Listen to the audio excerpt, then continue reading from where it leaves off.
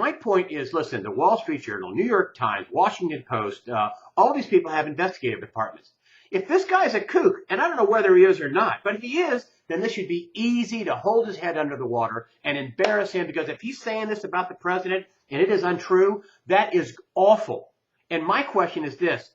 Listen, if you think that he's doing this because he's politically, payback, then why don't you just do an investigation and nail him to the cross? Absolutely. I mean, that's what I want to know. Why? I mean, I'm a small operation.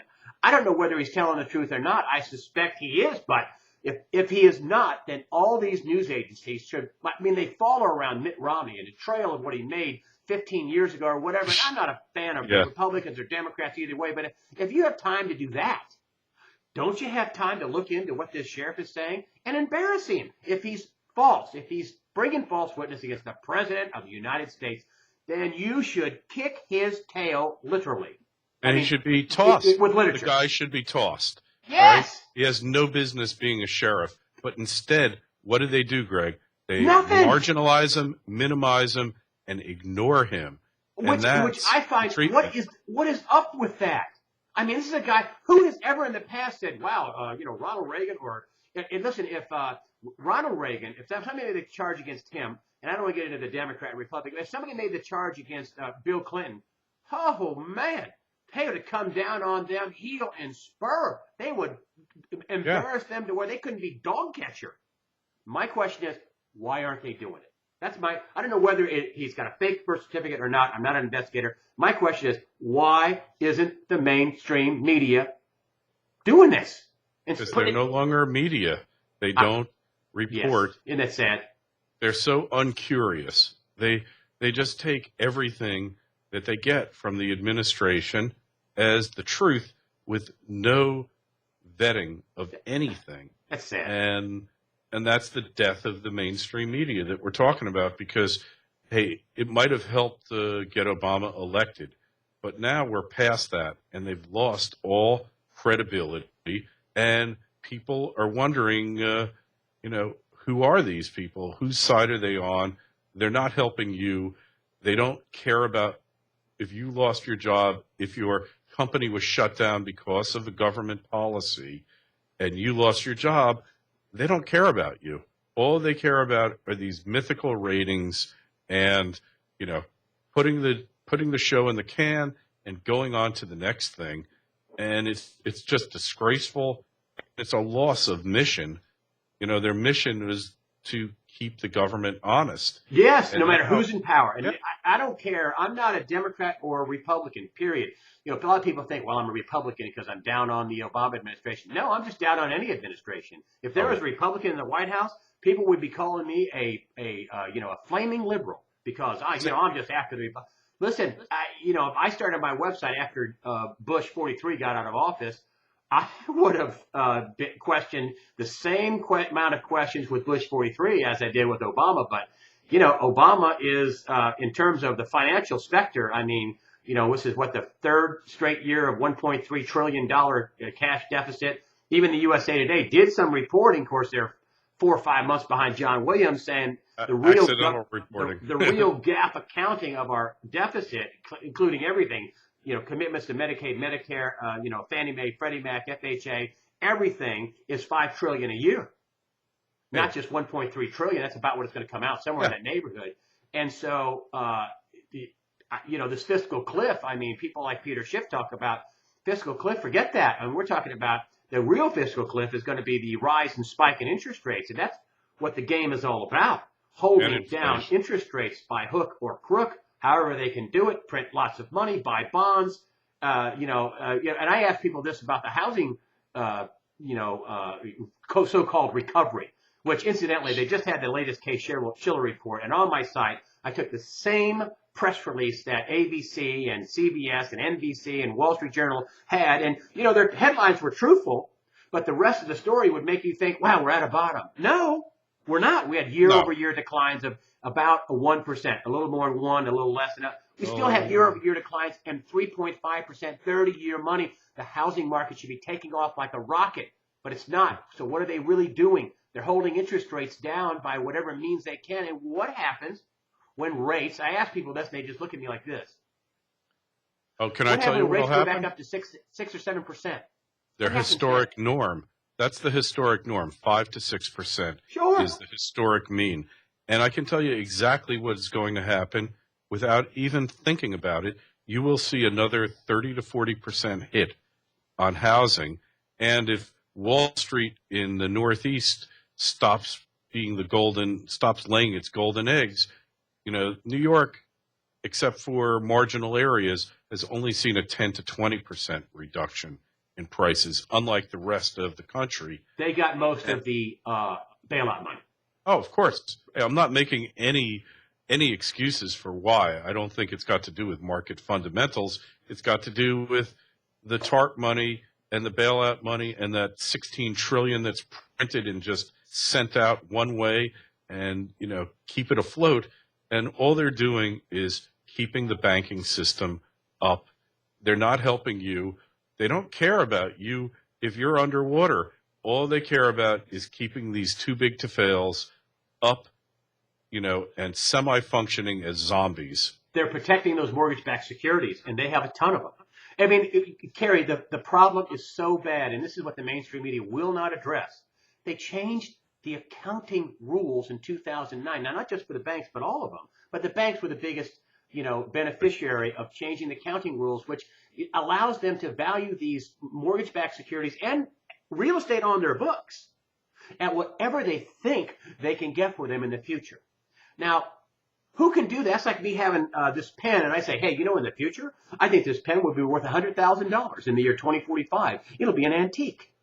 Well, my bottom line looks pretty good. I don't have to make much money right? And so they paid bonuses. They had all this stuff. And aren't you hearing, and I'm going to turn this around back on you because we talk to a lot of people. Aren't you getting this vibration with the people you're talking about? I mean, about financial collapse, some sort of coming calamity, something coming up. And I don't mean the norm. I mean, I had somebody on my YouTube channel say, oh, you just want a crash so bad you can taste it. No, that's what the math is. Are you hearing the same thing I'm hearing? That? Who would ever want that? That is, we could be talking about Mad Max when that happens if everything falls apart all at once. But yeah, people you're hearing the same are thing. concerned. Yeah, of course. There's a large portion of the population, especially in the area where I live, they just don't, most of the population will not accept the possibility that the collapse is coming and that they need to prepare, that you need to buy gold and silver, that you need to stock some necessary items in case there's supply disruptions. We're only 15 meals away from 15 days away from starvation in any given place if you haven't prepared. So, yeah, people are in complete denial over it. I was in Vegas at Freedom Fest a couple weeks back, and everybody's there just like they're partying like it's 1999, except that it's 2012, and the world has changed, and they're not prepared or willing to accept it. I was talking to my sister-in-law, sweet woman, and even in their church, they're talking about 2012 and about, end of days. And I told her, I said, you know what? I don't know about end of days and whether or not, a solar flare is going to knock us out or the whole earth's going to change. I don't know anything about that. But I will tell you that on the math, the economy is terrible. 700 trillion is what the BIS says. A little more than 700 trillion in derivatives. They grew by 100 trillion last year. And the real number, people say that's understated by at least over half. Yeah, it's way over that. It's way over that. Adjusted. This is a deflationary unwind, and they're trying to, throw money into it to keep it from unwinding, and then you're going to get in. This is Crazyville. This has never happened in human history. There's never been this much debt issued on the planet. There probably hasn't been this much debt issued on the planet from the beginning of time up until 2000. Yeah. It's unbelievable. Yeah. I'm sure it's hundreds of trillions of dollars in derivatives, unbacked, unregulated, and that's what's frightening in terms of the financial system. And then you have, no way for Biederman was telling me, Charles Biederman, no way for, you can't. There's not enough tax collection. There's not going to be enough tax collection to pay for the government programs. This is bad on the math of it. So on the math of it, I just say, I don't want a crash to happen. I want just the opposite. But if we are going to have a crash, and I am a journalist as are you, shouldn't you warn people? You may want to pad your hand without being, oh, the sky is falling. That's why I try to link to everything. I try to, like my real estate story I did. I used the same press release they did. I got a completely different story. I mean, Yeah, in the because you're press not release, agenda driven. I could back it up with the press release. Read it for yourself. But yet You're the not mainstream agenda media has driven. spun this idea that, the second straight month of growth. Who looks at their house? Oh, I made more money this month. Year over year is the way you look at that, and it's declining. Anyway, it's sad. I guess what I'm saying is that people are in the dark. I'll bet you if you ask 100 people, you might get one that says, oh, yeah, there's something wrong with the economy. It's pretty dire. If you're lucky, Greg, if you're lucky, I mean, there were 2,500 of us at Freedom Fest, and we're kind of like 2,500 people that get it. Different people think it's going to take different amounts of time, 2-3 years. Some think we have I think 10 it's a process. years. But everybody gets that we're heading in the wrong direction, and there's no turning back. And yet, everybody around us, they're coming there for the weekend. They're living just for the day. And like you said, the information is there. They're just ignoring it. They're not reading your website. They're not reading mine. They're not reading Biederman's website.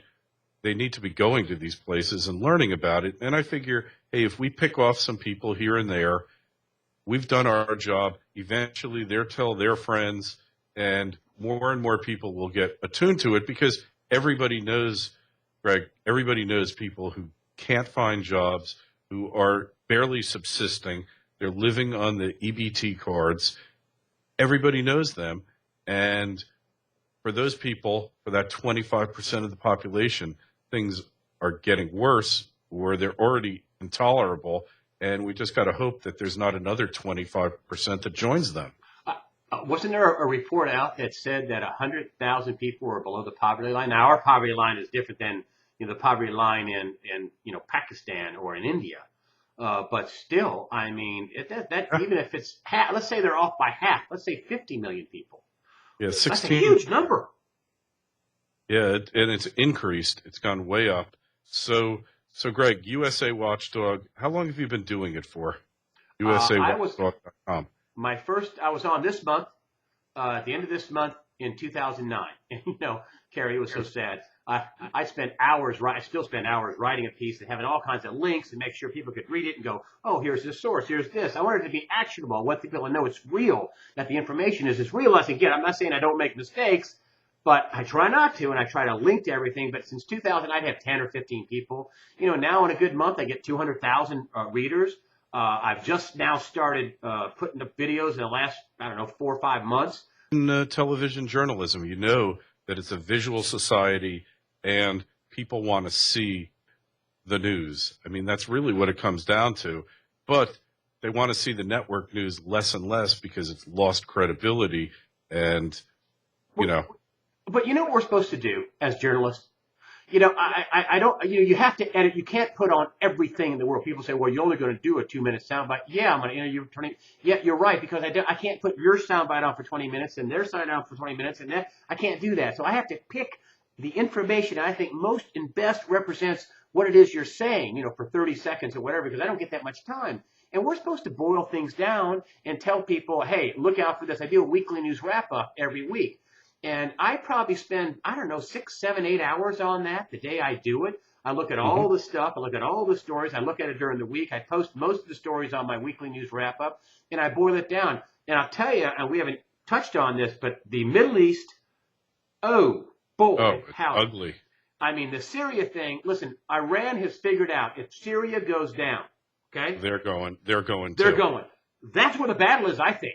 And where's Armageddon? North of Israel, south of Jordan, the Valley of Armageddon.